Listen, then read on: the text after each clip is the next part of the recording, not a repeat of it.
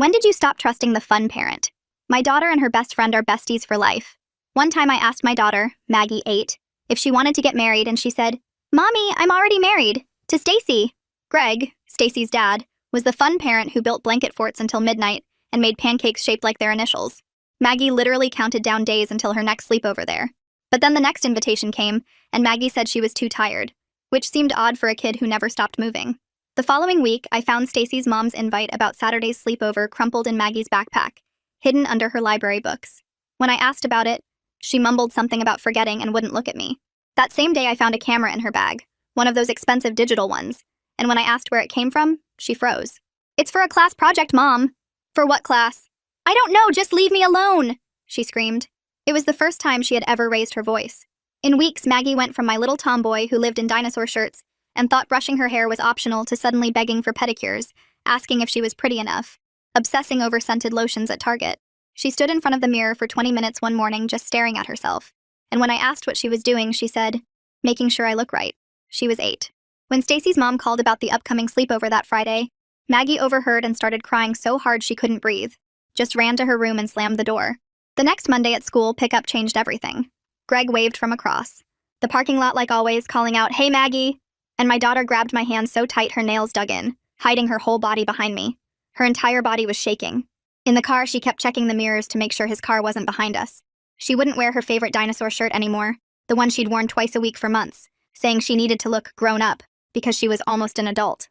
I also noticed she suddenly had money, random dollars in her piggy bank she couldn't explain. "I found it," she'd say. But none of it made sense because an 8-year-old doesn't just find $50. When my husband and I gently asked if Mr. Greg had done something, she shook her head so violently I thought she'd hurt her neck. She just kept saying no, no, no, no, no, over and over. More things kept appearing in her room. A magnifying mirror I'd never bought, concealer from a brand I don't even use, so much nail polish she could open a salon, and these homemade friendship bracelets, but weird ones with beads that spelled out words like pretty and better. She started weighing herself every morning on our bathroom scale, asking if she looked fat, sucking in her little belly. One day I tried to look at the photos on that camera. Maggie grabbed it and threw it against the wall so hard it shattered, screaming, "Those are private!" We talked to Stacy's parents and they were devastated. But Maggie was specifically terrified of him. Not Stacy's mom, not Stacy, just Greg. One day I found her crying in the middle of her bedroom, having a breakdown, about how she got a blister on her foot from new shoes. None of it made sense. Until one day, when I stayed up with my ear against my daughter's door. I didn't know what I was looking for, but then I heard the click of a camera. I immediately barged in. "Mommy, I'm sorry. Please don't be mad." Bile rose in my throat. My 8-year-old daughter was sitting on the floor, taking perfectly posed pictures of her feet. I immediately ran over and pulled her into a tight hug while she cried into my chest. "Greg told me you and Daddy needed money. He said that this would help. I'm sorry for being mean, Mommy. I just didn't want to be ugly anymore." My heart broke in two, and that's when she finally handed me the camera. It was a new one. What I saw when I flicked through the photos was worse than anything I could have imagined, and I was going to rip Greg apart with my bare hands. My hands were shaking so bad I could barely hold onto the camera while Maggie's whole body shook against mine. The photos showed her feet in different poses, painted toenails, ankles turned just so, exactly like the ads you see online, but these were of my 8-year-old daughter. My husband burst through the door and took one look at my face before I mouthed the words, "Call 911, over Maggie's head while she sobbed into my shirt. He grabbed his phone and stepped into the hallway while I held Maggie tighter, feeling her small body trembling against me. The 911 operator transferred him to some special hotline for child abuse, and I could hear him explaining what we'd found while Maggie kept saying she was sorry over and over. They told him not to contact Greg or alert him in any way because it could mess up the investigation, and we needed to keep all the evidence safe. My husband came back and gently pulled Maggie away from me, telling her they were going to make hot chocolate with extra marshmallows. She went with him, but kept looking back at me like she was scared I'd disappear. I grabbed a paper bag from the kitchen drawer and carefully put the camera inside without touching it too much, my hands still shaking so hard I could barely write the date and time on the outside. The broken pieces of the first camera were still in a box in my closet, so I got those too and put them in another bag. 2 hours felt like forever, but finally a woman showed up at our door with a police officer behind her. Deborah Carpenter had kind eyes and a soft voice when she introduced herself as someone who helps kids in situations like this. Detective Jonah Dobson was tall and serious-looking, but he smiled at Maggie when she peeked around the corner from the living room. Deborah asked if she could talk to Maggie in her room where she'd feel safe and comfortable. I watched from the doorway as Deborah sat on the floor with Maggie and pulled out some dolls from her bag. She let Maggie play with them while asking really gentle questions about Greg and what kinds of games they played. Maggie's voice was so small when she said Greg said it was our secret game that I had to grip the doorframe to keep from running in there. Detective Dobson started taking pictures of Maggie's room, focusing on all the nail polish bottles lined up on her dresser. He put on gloves and carefully bagged each item: the mirrors, the makeup, those weird friendship bracelets with words on them. He explained something about chain of custody and how this would help prove what happened to Maggie. That first night was the worst because Maggie wouldn't let go of either of us. She slept right between my husband and me, waking up every hour crying and checking that we were still there. She kept whispering, "Don't let Greg come," and we promised her over and over that he couldn't hurt her anymore. The next morning, Deborah came back with a folder full of information about something called the Child Advocacy Center. She explained it was a special place designed just for kids where Maggie could do an interview that would be recorded so she wouldn't have to tell her story multiple times. The building had toys and comfortable rooms, not like a police station at all. I called the school while my husband made Maggie breakfast and told them we had a safety concern about pickup. The principal didn't ask questions, just said they'd put new procedures in place right away, and Greg's name would be flagged in their system. My husband called his boss and arranged to work from home for the next few weeks, so one of us could always be with Maggie. We made new rules like keeping the bathroom door cracked open during bath time and making sure all electronics stayed in the living room where we could see them. Maggie followed me everywhere, even just to get a glass of water from the kitchen. We set up a little nest of blankets on the floor of our bedroom where she could sleep if she got scared. The pediatrician they sent us to was really gentle when examining Maggie, checking for any physical signs while a nurse held her hand. Maggie kept asking if the doctor thought she was pretty, which made my chest hurt all over again. Detective Dobson called to say their tech people were working on recovering deleted photos from both cameras. He said what they'd found already was enough to arrest Greg, but they wanted to build the strongest case possible. We had to buy new clothes for Maggie because she wouldn't wear anything Greg had seen her in. She picked out dinosaur shirts again at Target, and for the first time in months, didn't ask to look at the nail polish. Every night she'd wake up scared and crawl between us, clutching her stuffed elephant so tight its fur was matting. We stopped using cameras completely. Even our phones stayed face down so she wouldn't see the camera lens. The next morning, Stacy's mom called while I was making Maggie breakfast, asking why she hadn't seen us in weeks. My throat closed up as I tried to find words that wouldn't destroy her world. Deborah had told us to say only that there was an ongoing investigation involving the girls. I heard confusion in her voice when she asked if everything was okay between the kids. My stomach turned as I repeated what Deborah said while watching Maggie push cereal around her bowl. 3 days crawled by before our appointment at the Child Advocacy Center arrived. The building looked more like a daycare than anything official, painted in bright colors with a playground visible through the windows. Maggie's hand stayed locked in mine as we walked through the front door into a lobby full of toys and books. A woman with dark hair and kind eyes walked over and knelt down to Maggie's level. She introduced herself as Nora Santiago and asked Maggie about the stuffed elephant she was carrying. Nora led us to a room that looked like someone's living room with soft couches and more toys scattered around. She explained that she and Maggie would talk in a special room while my husband and I waited here. Maggie looked back at us 3 times before following Nora down a hallway covered in kids' artwork. My husband and I sat on a couch facing a big fish tank, watching yellow and blue fish swim in circles. Neither of us could focus on the magazines on the coffee table or the TV playing cartoons quietly in the corner. Every few minutes, one of us would check the clock on the wall, then go back to watching the fish. An hour dragged by before Nora came back without Maggie, who was still playing with toys in the other room. She sat across from us and explained she couldn't share details to protect the investigation's integrity, but she confirmed Maggie had disclosed concerning behaviors and everything was recorded for court purposes. This meant Maggie wouldn't have to tell her story over and over to different people. Detective Dobson met us in the parking lot afterward to collect the broken camera pieces I'd been keeping in a shoebox. He put on gloves and carefully transferred each piece into an evidence bag while explaining their tech team was really good. They might recover deleted images that could show when everything started and help build a stronger case. That evening, my phone buzzed with a text from Greg asking if Maggie wanted to come to Stacy's birthday party next weekend. My hands shook as I showed it to my husband, who immediately took a screenshot and forwarded it to Detective Dobson. I wanted to throw my phone against the wall and scream at Greg to never contact us again. Instead, I deleted the message without responding, while my husband held me as I shook with rage. The next morning, we went back to the Child Advocacy Center for Maggie's medical exam. The pediatrician was a woman with gray hair who spoke softly and moved slowly, so Maggie could see everything she was doing. A nurse held Maggie's hand while the doctor checked her over, looking for any physical signs that something bad had happened. Maggie kept asking if the doctor thought she was pretty, if she looked okay, if she was doing good. Each question broke my heart into smaller pieces as I realized how deep Greg's manipulation had gone. After the exam, Nora sat with us in that same comfortable room and explained what she'd learned about grooming tactics. The friendship bracelets with words like pretty and better were classic ways predators make kids feel special and grown up. All the beauty products and mirrors were meant to make Maggie focus on her appearance and feel like she needed to look a certain way. The money was payment, but also a way to make her feel like she was doing something important for her family. 2 days later, Detective Dobson called while Maggie was at her therapy appointment with the play therapist. He said they'd gotten a judge to sign a search warrant for Greg's house and all his electronic devices. The police would execute it that afternoon, and Stacy's family would find out about the investigation. He warned us to prepare for contact from them once they realized what was happening. Sure enough, my phone rang at 3 o'clock with Stacy's mom's number on the screen. Her voice was broken and sobbing as she told me police were searching her house and had taken Greg to the station. She kept saying there had to be some mistake, that Greg would never hurt anyone, especially not Maggie, who he loved like his own daughter. But I heard the crack in her voice when she said it, the doubt already creeping in. I told her I couldn't talk about it because of the investigation and hung up while she was still crying. My hands wouldn't stop shaking for the rest of the day as I kept checking the locks on our doors and windows. 3 days later, we drove to Maggie's first therapy appointment at a building with cartoon animals painted on the windows. The therapist had curly red hair and sat on the floor with Maggie while I watched from a chair in the corner. She brought out a big box of wooden blocks and asked Maggie if she wanted to build something. Maggie started stacking blocks really high, making this tall wall that went almost to her chin. Then she found a tiny plastic doll in the toy box and put it behind the wall she'd built. She needs to hide from the bad cameraman, Maggie said, and the therapist just nodded and wrote something in her notebook. They played for an hour while I sat there trying not to cry watching my daughter act out her fear through toys. Requested Reds is on Spotify now. Check out link in the description or comments.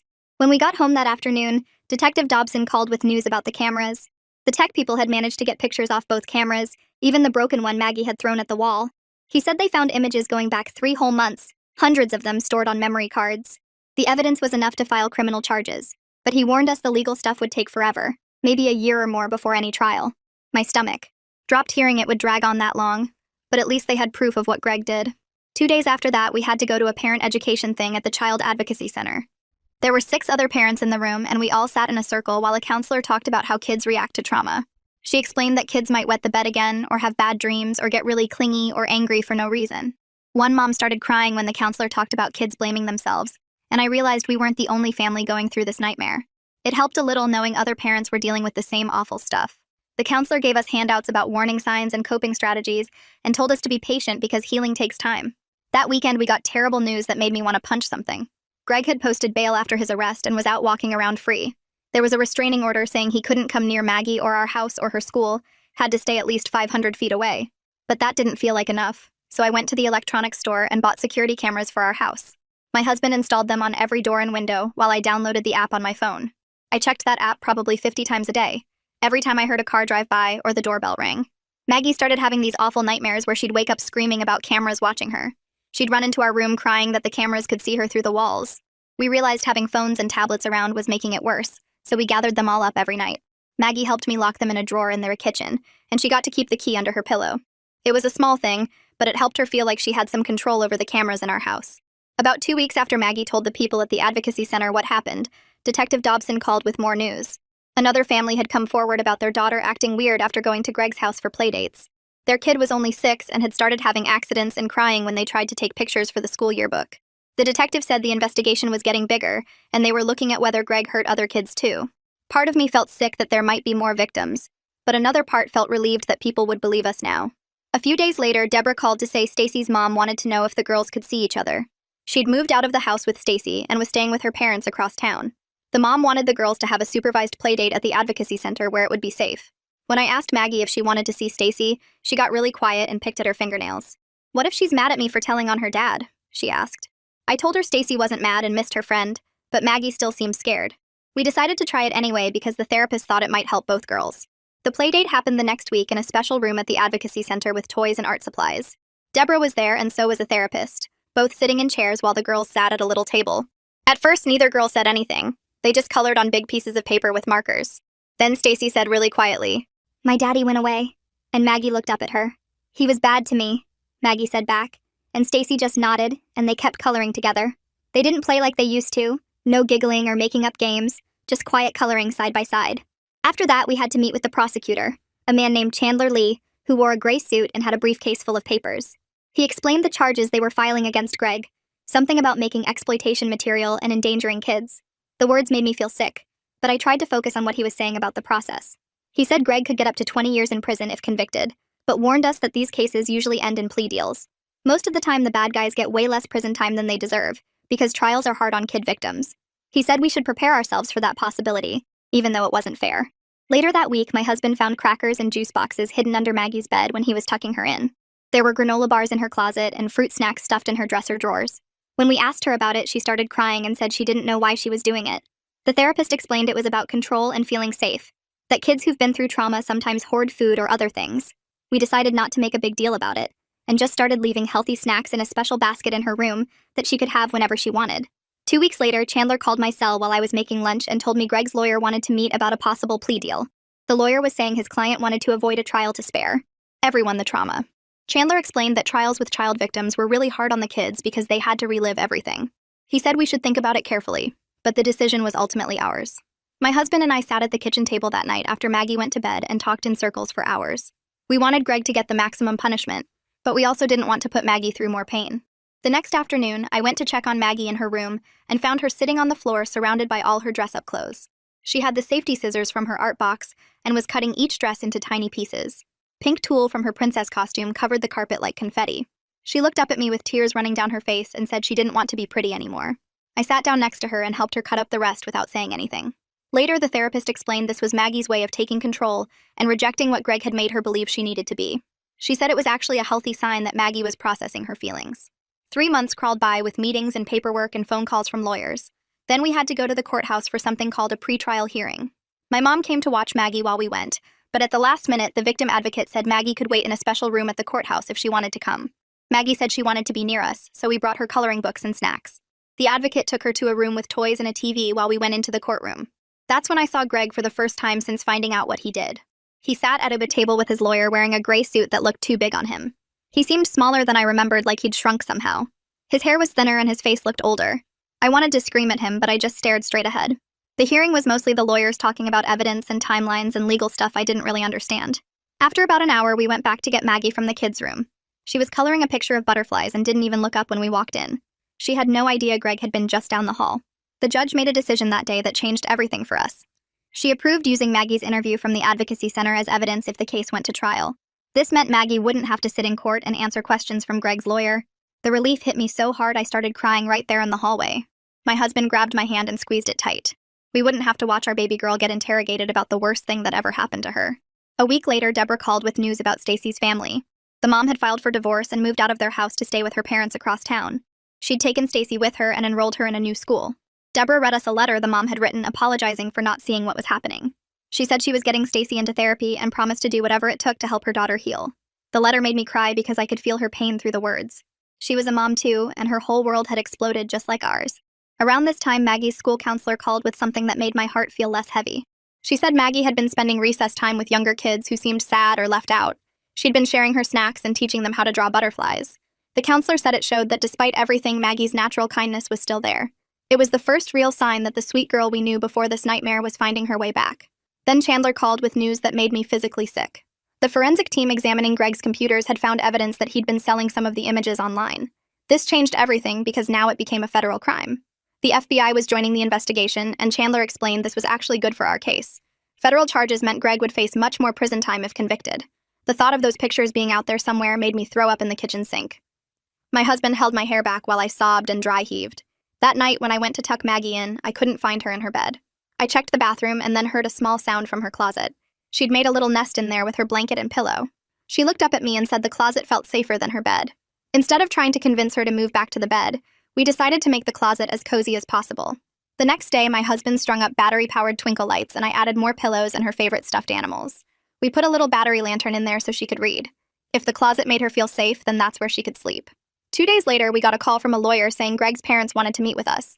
They were offering money, a lot of money, if we would agree to ask the prosecutor for lesser charges. The lawyer said they were prepared to pay for all of Maggie's therapy and medical costs, plus additional compensation. My husband hung up without even discussing it with me. There wasn't enough money in the world to make us help Greg avoid consequences for what he did. We called Chandler right away to tell him about the offer, and he said it showed they knew Greg was guilty. 4 months had passed since that horrible night when I found Maggie with the camera. We'd settled into new routines with therapy twice a week and check-ins with Deborah. Maggie still slept in her closet and still wouldn't wear anything that reminded her of before. But that morning when we were getting ready for therapy, she came out of her room wearing something I hadn't seen in months. It was her dinosaur shirt, the one she used to wear twice a week, the one she'd hidden in the back of her drawer. She looked at me nervously like she was asking permission. I had to turn away so she wouldn't see me crying happy tears for the first time in forever. The therapist saw me wiping my face and gave me a small nod while Maggie settled into the play area with blocks and dolls. That same afternoon, Chandler called about another family coming forward whose 6-year-old daughter had been to playdates at Greg's house and started showing similar signs like asking if she was pretty enough and having unexplained money in her backpack. The mom had found photos on her daughter's tablet that made her call the police immediately, and now they wanted to join our case, which Chandler said would make the prosecution much stronger. We met them at the prosecutor's office 5 days later, and their little girl was even younger than Maggie, with the same scared look in her eyes that broke my heart all over again. The mom grabbed my hand in the waiting room, and we both started crying without saying anything, because we understood each other's pain without needing words. Detective Dobson pulled us into a conference room the next week with news that made everyone in the room go silent. The forensic team going through Greg's computers had found evidence of 3 more potential victims with photos that matched kids from different states where Greg had traveled for work conferences. The investigation was expanding across state lines now, and the FBI was taking over parts of the case, which meant Greg's bail got revoked immediately, since he was now considered a flight risk with victims in multiple jurisdictions. My husband pumped his fist when we heard Greg was going back to jail, but I just felt sick thinking about how many kids he'd hurt. During therapy that week, something new happened that the therapist had been waiting for. Maggie was playing with toy cars when suddenly she threw one against the wall and screamed that she hated Greg and wanted him to go away forever. She kicked the dollhouse and threw pillows around the room while the therapist calmly watched and told us afterward this was actually good progress because Maggie was finally expressing anger instead of just fear and shame. The therapist explained that moving from being scared to being mad meant Maggie was starting to understand that what happened wasn't her fault, and she had a right to be angry about it. 2 weeks later, Deborah suggested we try a support group for families dealing with child exploitation, and even though I wasn't sure about sharing our story with strangers, we decided to give it a try. The meeting was in a church basement with about 15 other families, and while the parents sat in a circle talking, Maggie played in the next room with other kids who'd been through similar. One dad talked about finding pictures on his son's phone, and a mom shared how her daughter wouldn't sleep in her own bed anymore, and hearing their stories made me realize we weren't as alone as I'd thought. The group leader gave us resources about trauma therapy and legal advocacy and phone numbers for crisis support, and for the first time in months, I felt like maybe we could get through this. Maggie made friends with a girl named Macy, whose situation was similar, and they colored pictures together, while the adults shared coping strategies and warning signs we'd all missed. After the meeting, several parents exchanged numbers, and we started a group text for support during the hard days, which happened more often than the good ones. Then Chandler called with news that made my stomach drop, even though I knew it was coming eventually. Greg's lawyer wanted to meet about a plea deal, where Greg would plead guilty to all charges in exchange for 15 years in federal prison, with lifetime registration as a sex offender, and no contact with any minors, including his own daughter Stacy. Chandler explained that this would mean Maggie wouldn't have to testify or have her recorded interview played in court, which would spare her additional trauma, but it also meant Greg wouldn't face the maximum sentence of 25 years if convicted at trial. My husband wanted Greg to rot in prison forever, and spent the whole night pacing around the kitchen arguing that 15 years wasn't enough for what he did to all those kids. I felt the same rage, but I also kept thinking about Maggie having to sit through a trial and hear defense lawyers try to make her look like a liar or say she misunderstood what happened. We stayed up until 3 in the morning going back and forth about what was best for Maggie versus what Greg deserved, and finally decided we'd support whatever Chandler recommended since he'd handled hundreds of these cases. The next day in therapy, Maggie worked on something the therapist had suggested called a body safety poster, where she wrote rules about her body belonging to her and nobody being allowed to touch her private parts, and no keeping secrets about touching. She decorated it with stickers and markers and hung it on her bedroom wall right next to her dinosaur posters. And seeing her take back some control over her own body made me cry in the hallway where she couldn't see. 5 months had passed since I'd found Maggie with that camera, and she came to us one morning asking if we could get a dog for protection, because she still got scared at night when she heard noises outside. We went to the animal shelter that weekend, and Maggie walked past all the puppies and stopped at a cage with a golden retriever who'd been returned twice for being too calm and boring. She sat on the floor, and the dog immediately laid his head in her lap, and she looked up at us and said, "His name was Guard, and could we please take him home?" Guard slept outside Maggie's door every single night and followed her from room to room like he knew his job was keeping her safe. 3 weeks later, Chandler called to say the plea deal was moving forward, and Greg would formally admit guilt in court next Monday, while we could watch from a separate room on closed-circuit TV so Maggie wouldn't have to see him. We sat in that small room holding hands while on the screen, Greg stood in an orange jumpsuit and said yes when the judge asked if he'd produced inappropriate images of multiple minor victims for distribution. Hearing him actually admit what he did out loud made it real in a way that all the meetings and therapy sessions hadn't, and I threw up in the courthouse bathroom afterward while my husband held my hair. The next day, a letter arrived from Stacy's mom saying she was sorry for everything that happened and that Stacy missed Maggie and didn't understand why they couldn't play together anymore, but she didn't blame Maggie for any of it. Maggie wanted to write back, so she dictated while I typed that she missed Stacy too, but needed more time before they could be friends again, and maybe someday when she felt better, they could play at a park with both moms there, but not yet. 3 weeks after that letter, we started family therapy at the place downtown with the big windows and toys in the waiting room. The therapist had us all sit in a circle on these blue cushions on the floor, and my husband went first saying he kept having dreams where he found Greg and beat him with a baseball bat. He said it so calmly like he was talking about the weather, but his hands were shaking. I told them about checking on Maggie 20 times a night and how I kept replaying every playdate trying to figure out what signs I missed. Maggie just played with the sand. Trey in the corner making little walls around a tiny plastic girl. The therapist said trauma affects whole families and we'd work through it together, but I could tell my husband wanted to punch something when she said Greg's name. We went every Tuesday after that and slowly started talking about normal things too, like Maggie's grades and my husband's work stress. 6 months after I found Maggie with that camera, she signed up for the school talent show, which shocked us since she'd been avoiding any attention. She picked this song about being brave and practiced in her room for weeks with guards sitting outside her door. The night of the show, we sat in the front row and watched her walk onto that big stage in her dinosaur shirt and new sparkly shoes. Her voice shook on the first line, but then got stronger, and by the end, she was belting out the words about standing tall. Nobody in that auditorium mentioned why this mattered so much, but when she finished, the whole place erupted and people stood up clapping for 3 whole minutes. Some parents were crying, and the principal gave her an extra big hug when she came off stage. 2 days later, we got the call from Chandler about Greg's sentencing hearing, and he said we could watch from a separate room again. We dropped Maggie at the school that morning, and she asked to look at butterflies in the garden outside while we went in. The courtroom was packed with other parents and investigators, and Greg stood there in his orange jumpsuit while the judge read through all the charges. The judge called his crimes an unconscionable betrayal of innocence and said society had a duty to protect children from predators like him. He sentenced Greg to 15 years in federal prison with no chance of early release and lifetime registration as a sex offender. When we picked up Maggie, she was still watching those butterflies and asked if the bad man was going away forever, and we said yes for a very long time. The next week, we got paperwork from the FBI Victim Services saying they'd cover all of Maggie's therapy and medical costs related to what happened. It was such a relief since insurance kept denying claims saying therapy wasn't medically necessary, even though Maggie still had nightmares most nights. The funding meant we could keep seeing the good therapist who understood trauma instead of whoever insurance would cover. During one session, Maggie's therapist brought out special paper and markers and suggested she write letters to her younger self. Maggie started writing to the little girl she used to be telling her it wasn't her fault and she didn't do anything wrong. She drew dinosaurs on one side and butterflies on the other, and the therapist said this showed she was starting to integrate both parts of herself. Every week, she'd add another letter and decorate them with stickers and glitter. 7 months after everything started, Maggie asked if we could go shopping for new clothes, but she wanted to pick them herself this time. We went to Target, and she spent an hour looking at everything touching different fabrics and holding shirts up to herself in the mirror. She picked out 3 dinosaur shirts and 2 pairs of sparkly sneakers and a dress with butterflies on it. At checkout, she said she wanted clothes that felt like her, not like what other people wanted. That same week, we got official notice that the court ordered Greg's house and cars and savings to be sold to pay restitution to all the victims. The money would go into a trust for Maggie's future education and therapy needs, which meant something good would come from all his evil. The lawyer handling it said there was enough to cover years of treatment plus college someday. Maggie's regular therapist introduced something called EMDR, where she'd follow a light with her eyes while thinking about the bad memories. It sounded weird, but after 3 sessions, her nightmares went from every night to maybe twice a week. She started sleeping in her own bed again instead of on our floor, and guard would lay right beside her bed all night long. One morning, she came to breakfast and said she slept all night without waking up once. Around this time, the other families from the investigation started a private group text, and we'd share updates about our kids. When one mom said her daughter was scared to go back to the school, we all shared what worked for us. Another dad said his son started playing sports again, and that gave us hope. We met for coffee once a month while the kids had group therapy, and it helped knowing we weren't alone in this mess. 8 months after that horrible night with the camera, Maggie came to me asking if she could have a birthday party with kids from the school. She hadn't wanted to be around other kids much except for therapy group, so this was huge.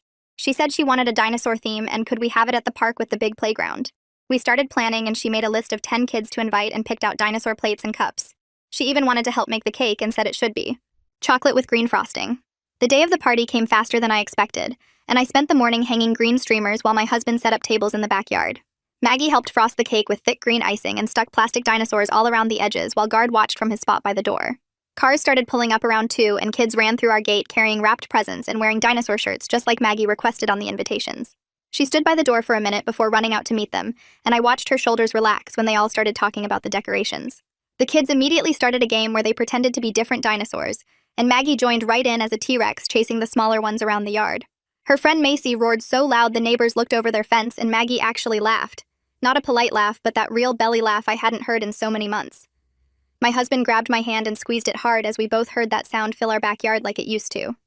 More kids showed up and they split into teams for dinosaur battles where they had to act out different prehistoric creatures while the other team guessed. Maggie was right in the middle of it all, making up silly walks for a brontosaurus and falling over dramatically when the asteroid hit. About an hour into the party, I saw Stacy's mom's car pull up and my whole body tensed. but Maggie had asked if they could come for just a little bit. Stacy got out holding a small wrapped box and walked slowly toward the backyard while her mom stayed by the car. The two girls looked at each other for a long moment before Maggie walked over and they hugged quickly and carefully like they might break. Stacy handed her the present and said something I couldn't hear, then went to sit at a different table with some other kids from their class. They played at separate ends of the party, but every once in a while I caught them looking at each other with something that might grow into friendship again someday. Stacy's mom waved at me from the car, and I nodded back, knowing we all needed more time before anything could be normal. After cake and presents, the kids went home sticky and tired, and Maggie collapsed on the couch still wearing her party hat. That night at bedtime, she sat up suddenly and told us she decided what she wanted to be when she grew up. She wanted to be a police officer like Detective Dobson, who helped kids and made them feel safe when bad things happened. We told her she could be anything in the whole world, and for the first time in months, she really seemed to believe us. The next morning, she brought us the poster she'd made in therapy, with her body safety rules written in purple marker. She wanted to hang it in the hallway where everyone could see it, so other kids would know the rules too if they visited. We found a frame at Target and hung it right between the family photos while she watched. She asked if she could add one more rule and wrote, "I am brave and I am safe," at the bottom in green marker. She decorated all around it with dinosaur stickers on one side and star stickers on the other like she was putting both parts of herself together. 2 weeks later, she started 3rd grade, and I was so nervous dropping her off, but her new teacher already knew about the accommodations from the counselor. The first parent-teacher conference, the teacher pulled me aside to tell me Maggie had been helping the shy kids at recess. She'd notice when someone was sitting alone and invite them to play or share her snacks with kids who looked sad. The teacher said it was like Maggie had radar for kids who needed a friend, and I knew it came from her understanding what it felt like to hurt. Our Saturday mornings changed too because pancakes shaped like initials made her freeze up and stop eating. Instead, we started making them in animal shapes with Maggie picking which animal each week. She'd stand on her step stool and help pour the batter into shapes like elephants or giraffes or her favorite velociraptors. It gave her control over something small but important, and I watched her confidence grow with each choice she made. One evening while I was doing dishes, Maggie came into the kitchen and asked if bad people ever get better or if they stay bad forever. My husband and I sat down with her at the table and talked about how some people do bad things and have to face consequences. She thought about it for a while, then said, "Greg had to stay in timeout for a very, very long time, because what he did was very, very bad." It was such a simple way to understand justice, but it made perfect sense for an 8-year-old trying to process something so big. Every night I tucked her into bed with Guard laying right at her feet keeping watch. She'd wrap her arms around my neck and tell me she loved me bigger than all the dinosaurs that ever lived, even the really huge ones. We weren't completely better, and maybe we never would be exactly like before, but we were moving forward together one day at a time. Each morning was a little easier than the one before, and that had to be enough for now. That's the takeaway from today's story. Hopefully it gives you something useful to tuck in your back pocket. If you want more tips and lessons woven into stories, subscribe so you're always a step ahead.